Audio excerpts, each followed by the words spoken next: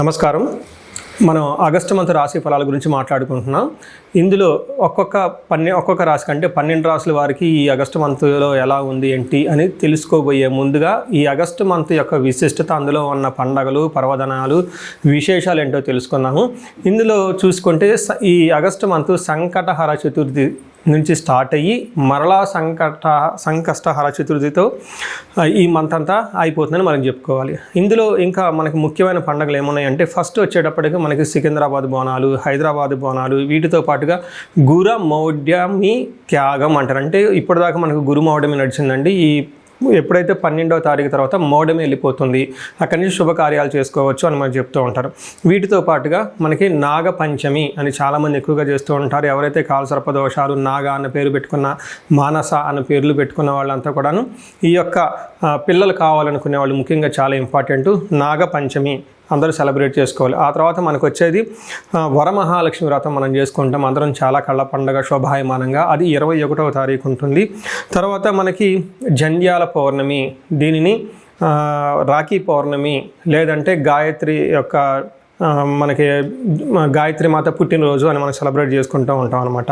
ఈ ప్రకారంగా అనేక రకమైన శుభకార్యాలు, తర్వాత శ్రావణ మాసం కూడా మనకు స్టార్ట్ అవుతుంది. ఇవన్నీ ఉన్నాయి కాబట్టి ఎన్నో పండగలు, విశేషాలు, పర్వదినాలు కలిగిన ఈ యొక్క ఆగస్టు మంత్లో అందరికీ అష్టైశ్వర్యాలు కలగాలని, భోగభాగ్యాలు కలగాలని, చక్కగా ఉండాలని చెప్పేసి కోరుకుంటూ ఒక్కొక్క రాశి వాళ్ళకి ఎలా ఉందో మనం చూద్దాం.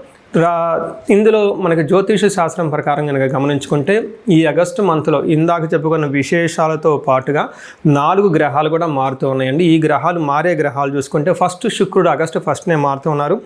సెకండ్న కుజుడు మారుతూ ఉన్నాడు. బుధుడు 5వ తారీఖు మారుతూ ఉన్నారు. సూర్యుడు వచ్చేటప్పటికి 17వ తారీఖు మారుతూ ఉన్నారన్నమాట. ఇలా 4 గ్రహాలు ఈ ఆగస్టు మాసంలో మారటంతో 12 రాశుల వారికి ఎలా ఉంది ఏంటి అనేది మనం చూద్దాం. మనం ఆగస్టు మంత్లో కన్య రాశి వారికి ఎలా ఉందో చూద్దాం. ముఖ్యంగా చెప్పుకోవాలంటే ఈ రాశి వారికి ఒక్క జాబ్ విషయంలో చాలా ఒత్తిడిగా ఉంటుంది, చాలా టఫ్గా ఉండే అవకాశం ఎక్కువగా ఉంటుంది.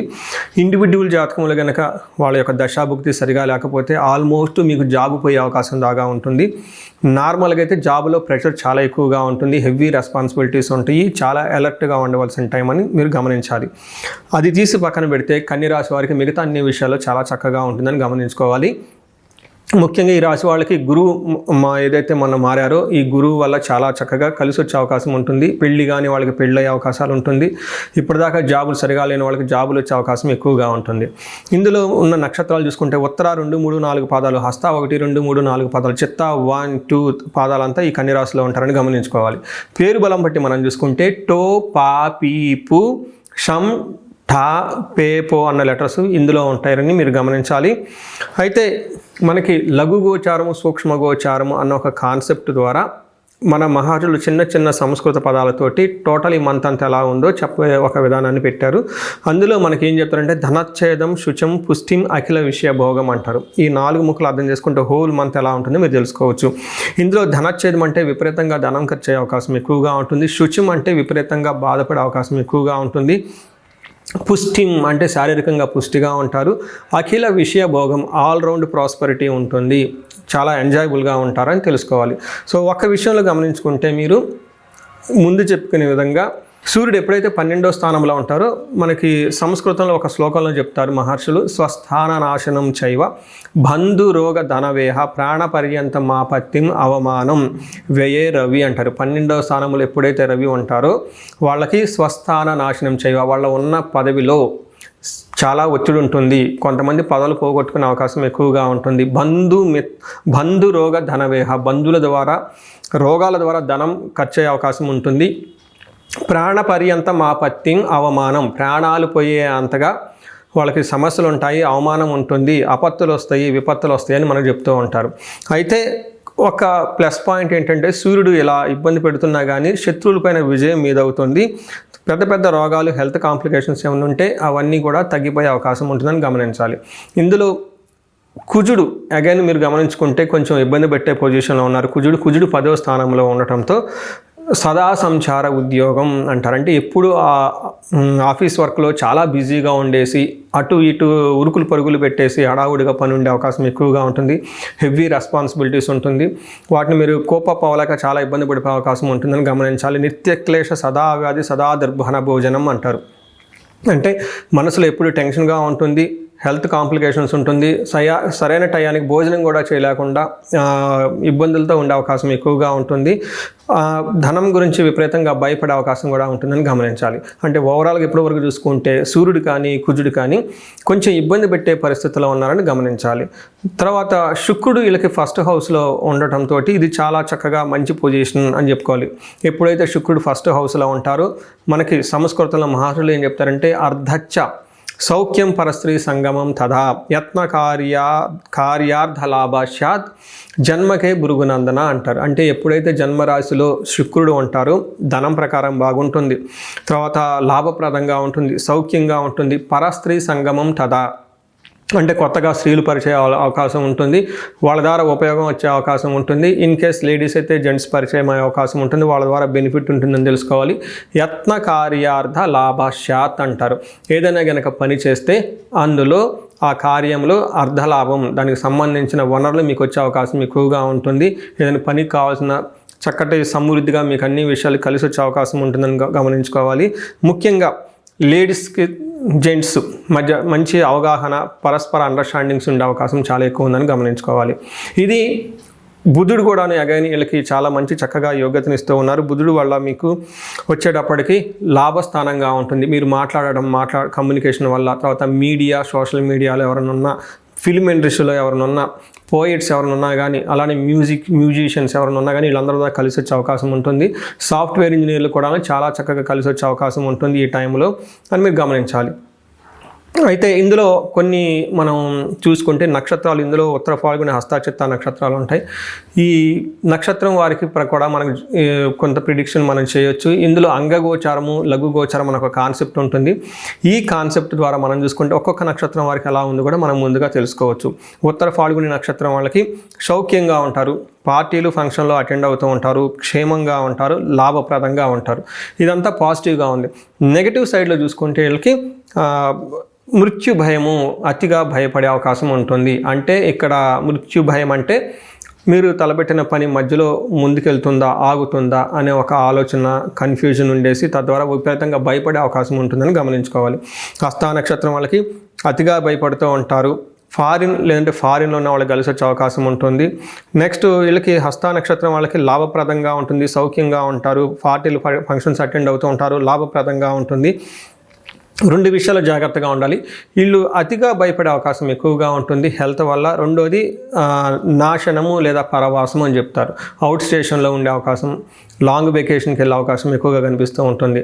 నెక్స్ట్ చిత్తా నక్షత్రం వాళ్ళకి కొంచెం జాగ్రత్తగా ఉండవలసిన నక్షత్రం చిత్త.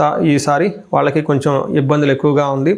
ఒకటి హెల్త్ కాంప్లికేషన్స్ ఉంటుంది, రెండోది అతిగా భయపడే అవకాశం ఉంటుంది, మూడవది అవుట్ స్టేషన్ లేదంటే లాంగ్ ట్రావెల్కి వెళ్ళే అవకాశం ఎక్కువగా ఉంటుంది, నాలుగవది నాశనం, ఏదన్నా కనుక పని చేస్తే అందులో సరిగా కలిసి రాదని తెలుసుకోవాలి.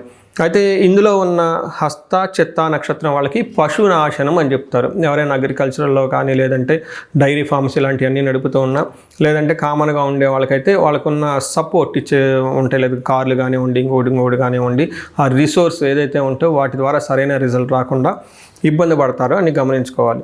సో చూశారు కదండి, ఒక రకంగా చూసుకుంటే ఒక ప్రొఫెషనల్ మ్యాటర్స్లో కొంచెం ఇబ్బంది పడే విధంగా ఉంది, మిగతా అన్ని చోట్ల చక్కగా ఉందని తెలుసుకోవాలి.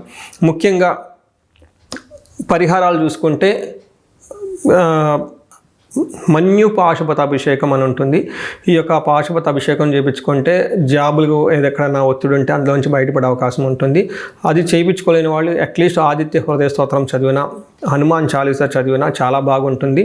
వీలైతే మీకు గ్రామ దేవతలు మీరున్న ప్రాంతంలో, అక్కడ సిటీలో అయినా కానివ్వండి, దగ్గరలో ఆ ఏరియాకి సంబంధించిన గ్రామ దేవతలు, హైదరాబాద్లో ఎవరైనా ఉంటే పోచమ్మ కానివ్వండి, లేదంటే పెద్దమ్మ, ఎల్లమ్మ, ఇలాంటి ఎవరైనా రేణుక ఎల్లమ్మ దగ్గరలో ఉంటే అలాంటి మీకు దగ్గరలో ఉన్న గుడికి వెళ్ళేసి చక్కగా దండం పెట్టుకొని అక్కడ క్షేత్ర దేవతలు చాలా ఈజీగా ప్రసన్నం అవుతారు. ఇంకా మీరు కనుక వెళ్ళగలిగితే నాగుల కట్ట అంటారు, అది నాగా ప్రతిమలు ఉంటాయి మర్రి చెట్టు కింద కానీ రాగు చెట్టు కింద కానీ, అక్కడ మీరు వాళ్ళకి అభిషేకం చేసి చక్కగా నిమ్మదీపం వెలిగిస్తే ఏమైనా దోషాలు ఉంటే పోయే అవకాశం ఎక్కువగా ఉంటుంది. ఇండివిజువల్గా మీ లైఫ్లో ఇంకేమైనా కనుక ఛాలెంజెస్ ఉంటే ఈ స్క్రీన్ మీద కనిపిస్తున్న నెంబర్ ద్వారా మీరు నన్ను కన్సల్ట్ అవ్వచ్చు. మీ అందరికి అష్టైశ్వర్యాలు కలగాలని, భోగభాగ్యాలు కలగాలని చెప్పేసి కోరుకుంటున్నాను. చూశారు కదండి, ఈ రాశి వాళ్ళు ఇప్పటివరకు ఎలా ఉందో గమనించారు. అయితే ఇప్పటిదాకా నేను చెప్పుకున్న దాన్ని గోచార ఫలితాలు అంటారు. ఇది మీకు ఒక 30 to 35, 40% మాత్రమే అప్లై అవుతుంది. ఇండివిజువల్గా మీ యొక్క జాతకాన్ని చూపించుకుంటే దాంట్లో మిగతా 50-60% మనకి ఎలా ఉంటుందో తెలుస్తుంది. టోటల్గా మీ యొక్క ఇండివిజువల్ జాతకాన్ని చూడటం ప్లస్ ఇది రెండు కలుపుకుంటే కరెక్ట్గా యాక్యురేట్గా ప్రిడిక్షన్ వస్తుంది. సో ఎవరికైనా కనుక మీకు ఏదైనా కనుక ఇప్పటిదాకా చెప్పుకున్న దానికి మనకి డిఫరెంట్గా ఉంది, ప్రాబ్లంగా ఉంది, ఇబ్బందులు పడుతామని అనుకుంటే ఒకసారి ఇండివిజువల్గా జాతకం చూపించుకోండి. ఈ జనరల్గా నేను ఒక రీసెర్చ్ చేస్తున్నాను, 40 years +or-5 అంటే ఎవరికైనా 35 to 45 ఈ ఏజ్ బ్రాకెట్లో ఉండి మీకు సక్సెస్ఫుల్గా ట్రాక్ రికార్డు ఉంది లైఫ్లో, అంటే బాగా చక్కగా చదువుకున్నారు, చక్కగా మేనేజర్ లెవెల్ ఒక పొజిషన్లో ఉన్నారు, ఈ వయసులో అగైన్ అరౌండ్ 40, 45, 50 ఇలా ఈ ఏజ్లో కనుక ఉండి మీకు సడన్గా లైఫ్లో గ్యాప్ వచ్చిందంటే, అంటే ఒకవేళ జాబ్ పైన అన్ఎక్స్పెక్టెడ్గా, లేదంటే బిజినెస్లో విపరీతమైన లాసులు వచ్చినా, లేదంటే వేరే కారణాల వల్ల లైఫ్లో మీరు ఆగిపోయినట్లు కనుక ఫీలింగ్ వస్తే ఇండివిజువల్గా మీ జాతకం చూపించుకోవడం చాలా ఇంపార్టెంట్. ఈ వయసులో జనరల్గా శాపాలు అని ఉంటాయి, మాతృశాపం, పితృశాపం, గురుశాపం, సర్పశాపం, ఇలా ఏమైనా శాపాలు యాక్టివేట్ అయి ఉన్నాయా అవేంటో తెలుసుకొని వాటికి సంబంధించిన పరిహారాలు చేసుకోవాలి. అంతేకాకుండా మీకు ఇండివిజువల్గా నడుస్తున్న దశాభుక్తి అని ఉంటుంది. ఈ దశాభుక్తి యొక్క గ్రహాలు, అవి గ్రహ దోషాలు ఏమైనా ఉన్నాయో తెలుసుకోవడం కూడా చాలా ఇంపార్టెంట్. సో ఈ ఏజ్ బ్రాకెట్లో ఎవరైతే ఉన్నారో 40 +or-5 years కెరియర్లో స్లో అనుకున్న వాళ్ళు ఇండివిజువల్ జాతకం చూపించుకొని ఇలా టోటల్ హారోస్కోప్ని స్కాన్ చేయించుకొని అందులో శాపాలు ఏమైనా ఉన్నాయా, గ్రహ దోషాలు ఏమైనా ఉన్నాయా, అవి సంబంధించిన బ్లాకేజెస్ ఉంటే అవి పరిహారాలు చేసుకోవటం వల్ల తొలగించుకుంటే లైఫ్ అనేది చాలా స్మూత్గా ముందుకెళ్తుందని మీరు తెలుసుకోవాలి.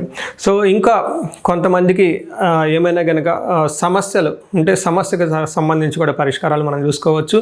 ఎవరికైతే ధనానికి బాగా ఇబ్బంది పడిపోతున్నారో స్వర్ణలక్ష్మి విశేష హోమం చేయించుకోవటం, కుబేర పాశుపతం చేయించుకోవటం చాలా ఇంపార్టెంట్.